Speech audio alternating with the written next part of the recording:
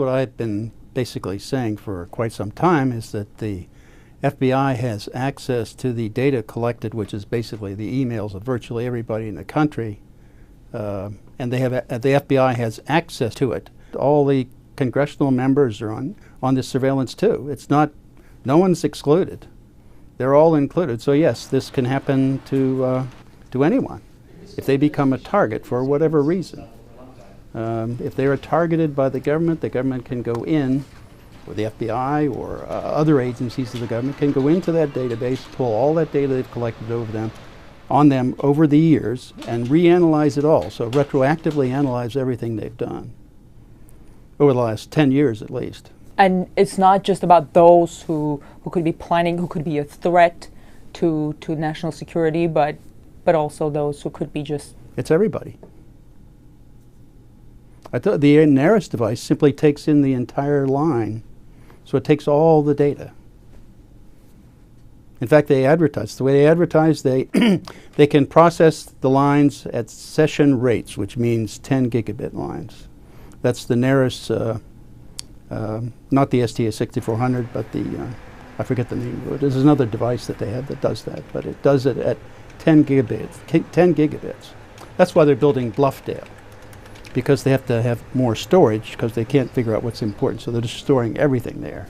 So all that email is going to be stored there for the future, but right now it's stored in different places around the country, but it is being collected and FBI has access to it. You mean it's being collected in bulk without even requesting the providers? And then what about Google, releasing this biannual transparency report and saying that the government's demands for personal data is at an all-time high, and for all of those requests in the US, Google says they complied with the government's demands 90% of the time, but they're still saying that they're making the requests. It's not like it's all being funneled into that storage.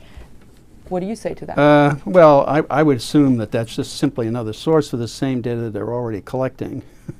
Mark Klein, in his declarations in the court about the AT&T facility in San Francisco, documented the NSA room inside that AT&T facility where they had NARIS devices to collect data off the fiber optic lines inside the United States.